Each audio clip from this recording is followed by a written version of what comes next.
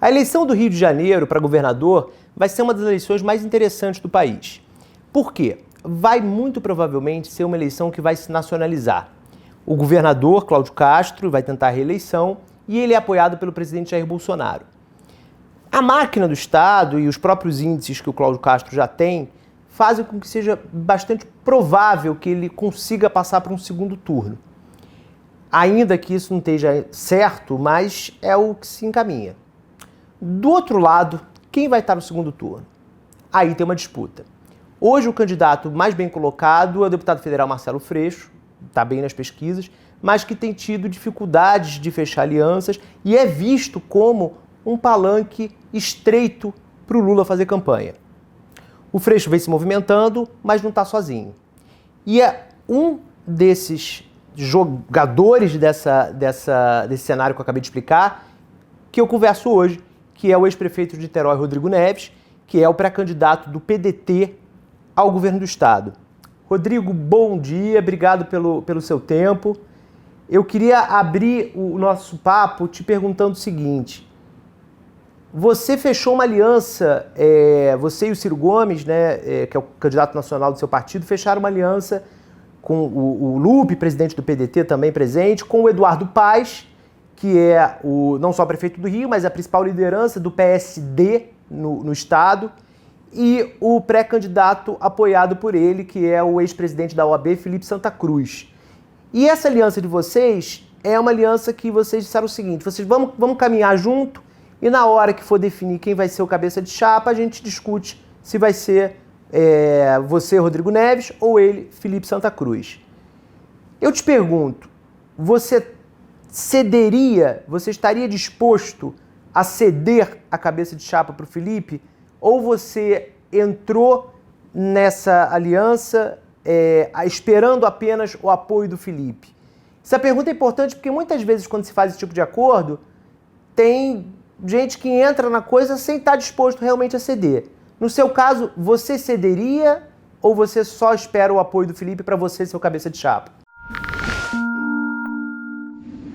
Olha, Guilherme, é um prazer estar com você, com todos aqueles que estão nos assistindo, e esse debate é um debate fundamental, não apenas para o Rio, mas para o Brasil, porque o Rio, de fato, é um pouco a síntese do Brasil e dos problemas brasileiros, é uma caixa de ressonância e, evidentemente, o mundo percebe muito o Brasil a partir do Rio de Janeiro.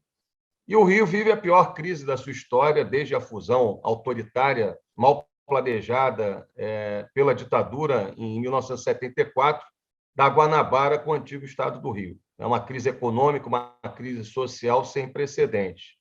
Entrando no assunto que você me perguntou, eu acredito que nós estamos construindo no Rio não é uma terceira via, é a primeira via, né? As alternativas que estão colocadas representam a possibilidade de uma continuidade da tragédia econômica e social do Rio, cavar mais o fundo do poço. Né? O atual governador, que caiu de paraquedas no cargo, não tem nenhuma trajetória, está cercado com o que há de mais atrasado, o que há de pior na política do Rio, e, por isso, o Rio não tem hoje um governo do Estado que funcione. Vide, inclusive, agora a situação lá na tragédia de Petrópolis. E o Marcelo, que tem o meu respeito, eu conheço ele há muitos anos, né? A família dele frequentou a minha família, o pai dele foi inspetor da escola onde meu pai foi professor em Niterói durante muito tempo, o irmão dele, que foi assassinado, o Renato, era o meu chefe de gabinete, meu amigo pessoal, mas o Marcelo tem um perfil específico do legislativo, com dificuldade de construir aliança e compreender o que é governar o maior desafio de governança do Brasil, que é o Rio de Janeiro. O Felipe é uma pessoa extraordinária, né? Foi presidente da OAB, teve um papel nesses 3 anos importante na defesa do Estado Democrático de Direito, na defesa da democracia, como presidente da OAB. E eu tenho certeza que o Felipe também, que eu conheço há muitos anos, todos nós vamos ter a inteligência política e, sobretudo, o compromisso com o Rio, que é esse lugar extraordinário, maravilhoso, mas que está completamente empobrecido, né, e decadente pela falta de um governo que tenha planejamento e que tenha uma gestão para resultado. Mas você cederia ou você só espera o apoio dele? Guilherme, quando a gente constrói uma aliança, evidentemente que todas as possibilidades estão colocadas e a gente vai dialogar com muita tranquilidade, né? Claro que eu tenho a minha trajetória, né? 8 anos como prefeito, conquistei os prêmios, né? Os primeiros lugares em gestão pública, né? Niterói era o 58º lugar em gestão fiscal no ranking da Fijan, uma cidade que, em função da tragédia do Bumbo, estava quebrada.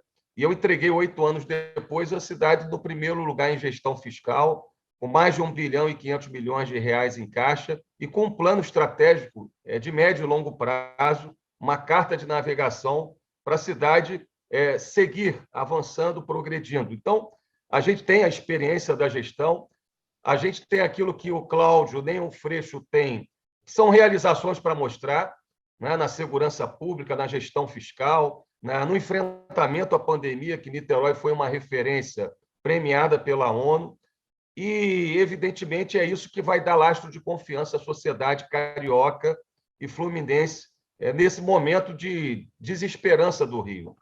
Certo. Nesses últimos 10 anos, você foi prefeito durante 2 mandatos, né? Agora é o Grael, seu sucessor, que você ajudou a eleger, mas você teve 8 anos à frente de Niterói e foi o que... E esse é o principal cartão de visita, é uma gestão, você já falou um pouco dela, mas que é reconhecida como uma boa gestão, você se destacou nisso, mas você teve nesse período, né, principalmente no segundo mandato, você teve um episódio muito triste, muito ruim, que foi a sua prisão no momento da Lava Jato.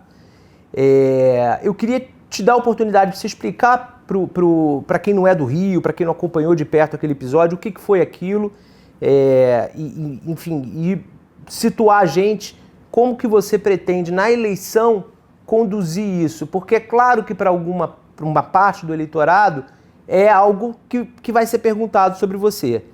Olha, Guilherme, eu não tenho nenhum tipo de constrangimento ou problema de enfrentar esse debate. O Brasil já percebe que nós tivemos, nesse processo dos últimos anos, em algumas situações, né, a manipulação política, né, o objetivo de simplesmente destruir lideranças políticas adversárias, né, falsas delações feitas por alguns empresários com o objetivo de atingir adversários políticos. E, de fato, o que aconteceu é inacreditável, né?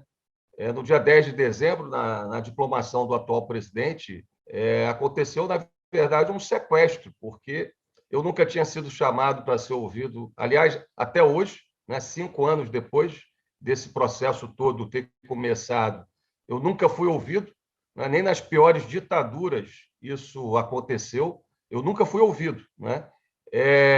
E com base numa falsa delação de uma pessoa que não é de Niterói, que é de Resende, que eu nunca tive nenhuma relação pessoal, vi uma vez, essa pessoa fala que ouviu dizer, né? E a partir disso se faz a quebra dos meus sigilos, não encontram nada, se faz um relatório do COAF e, diferente do que aconteceu em várias situações, o COAF diz que a minha vida era uma vida simples, que a vida dos meus familiares era uma vida simples, e simplesmente omitem esse relatório do COAF, que dizia que a minha vida não tinha nenhum tipo de situação suspeita. O Ministério Público Federal encaminha ao Ministério Público Estadual um ofício, né, um documento oficial, dizendo que não tinha nenhum elemento de corroboração, aquela falsa delação contra mim.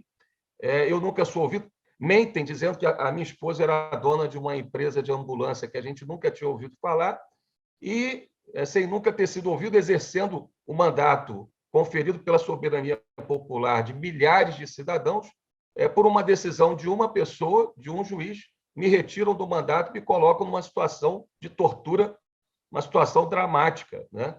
E aí eu retorno depois de algumas semanas por decisão de 6-1, do colegiado, né?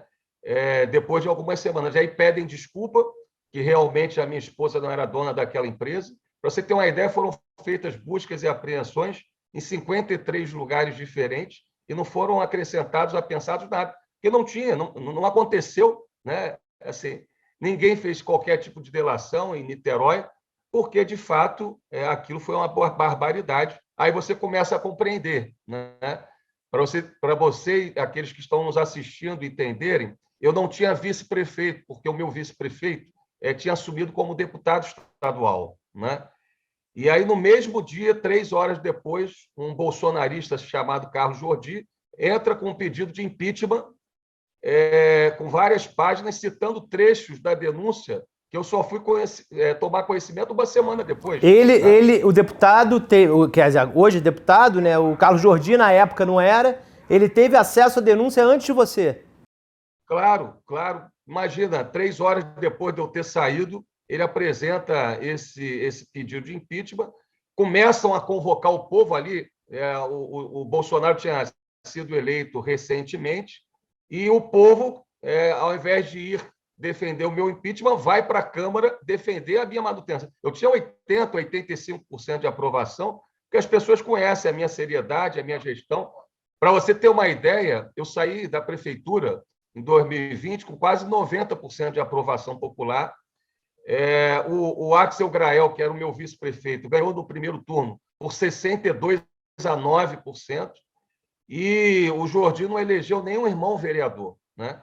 Então, a sociedade de Niterói, que é uma sociedade esclarecida, que tem a maior proporção de famílias na classe média do Brasil, né, o maior nível educacional do Estado, percebeu que tinha tudo errado ali, né? E o fato de ter acontecido aquilo ali ficou muito claro que o objetivo era, além de atacar e destruir a minha reputação, o objetivo era tomar de assalto a prefeitura de Niterói. Sim. Rodrigo, o Cláudio Castro, ele se tornou governador, como você falou, por acidente, né? Primeiro vice-governador já foi uma coisa inusitada. A eleição do Wilson Witzel, que era o governador da chapa, o cabeça de chapa, foi uma surpresa. O Cláudio, ele antes havia sido vereador, se tornou vice-governador e, numa reviravolta no impeachment, se tornou governador. Você, nesses quase 2 anos aí, né, caminha-se para 2 anos da gestão dele, você teve diálogo, você acompanhou, mas você já se firmou como uma pessoa de oposição. Hoje, qual é qual é a sua percepção sobre a gestão do Cláudio Castro hoje? Guilherme, o Cláudio Castro é um vice improvável de um governador mais improvável ainda, que era o juiz Witzel, né? E eu acho que a população carioca fluminense percebeu isso, né?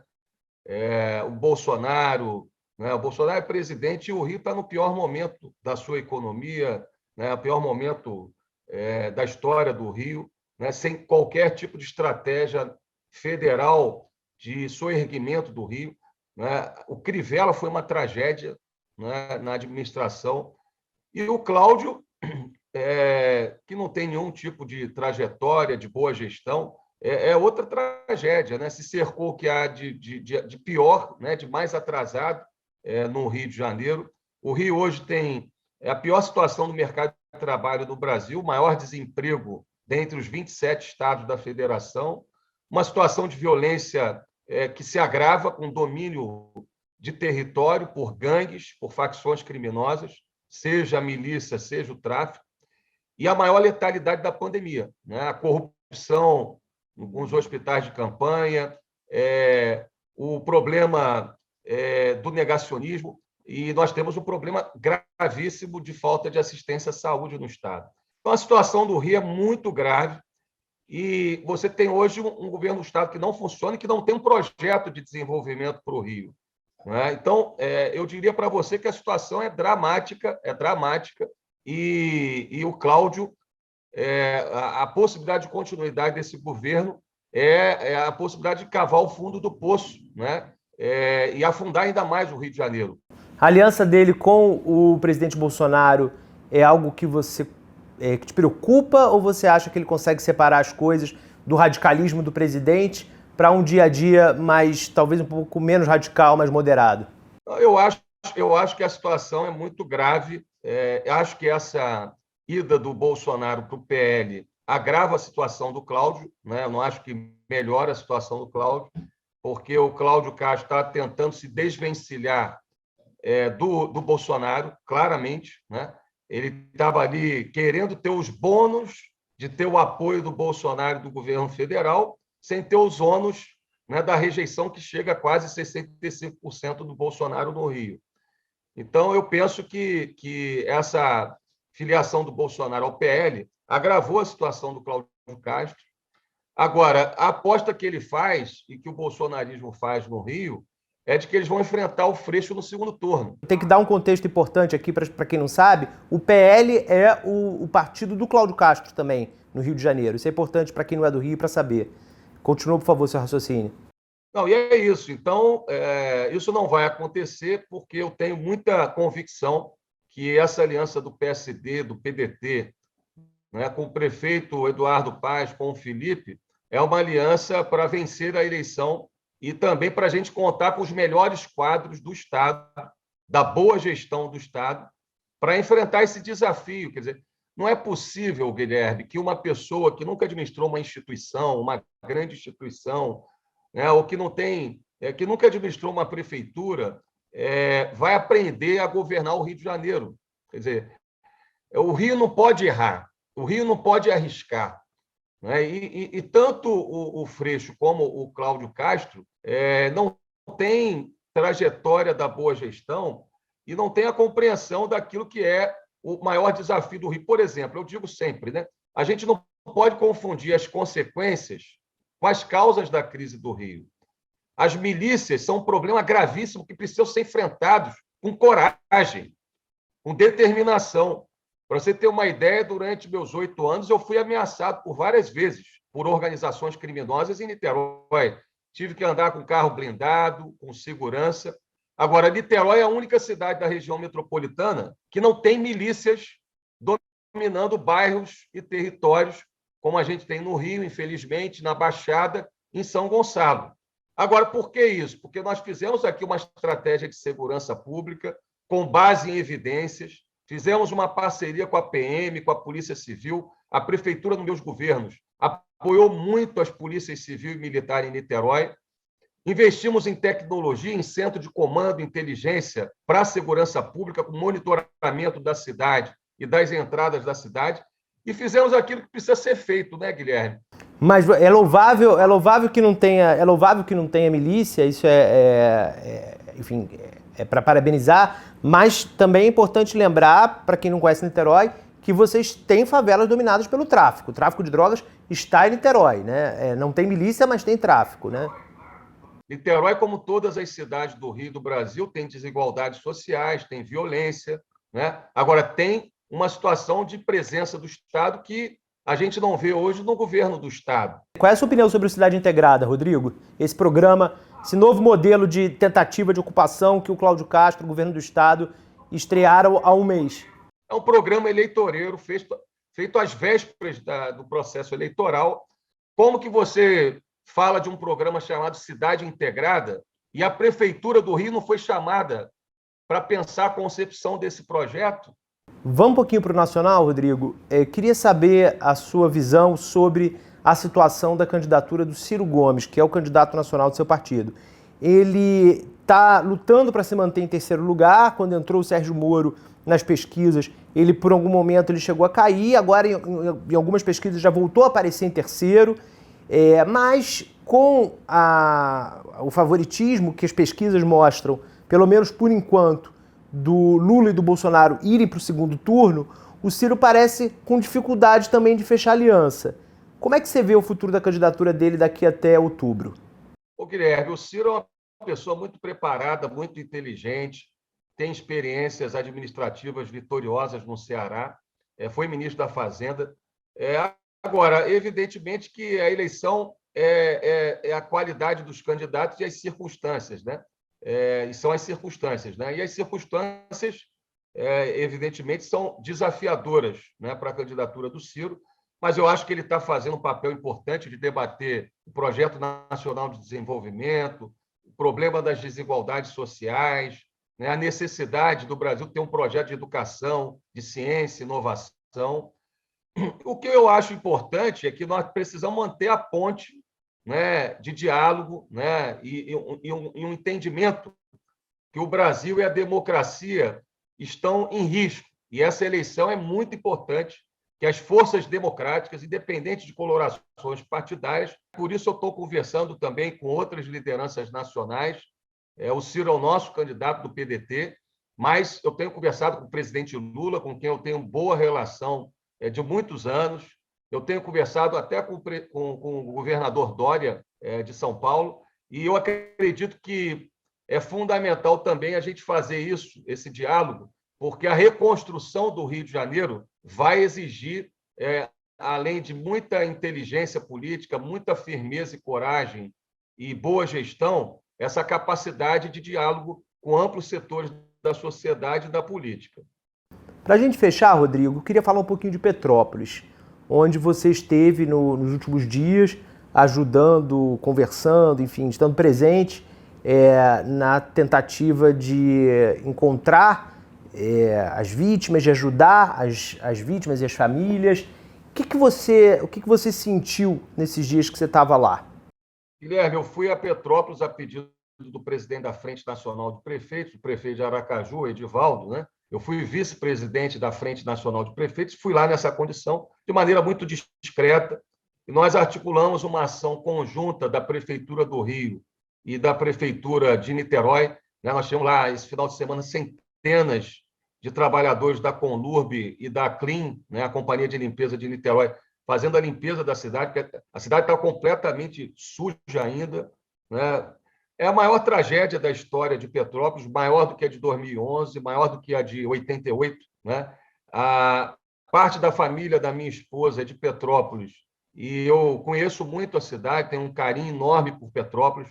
Né? Quem no Rio de Janeiro não conhece Petrópolis, a nossa cidade imperial, uma cidade linda, né? Uma cidade turística e que está completamente devastada. Né? Eu diria para você que é inacreditável a falta de compostura, de sobriedade do Freixo e do Cláudio Castro nessa crise, fazendo ali uma tabelinha, uma disputa política, num contexto de uma tragédia. É inacreditável. Né?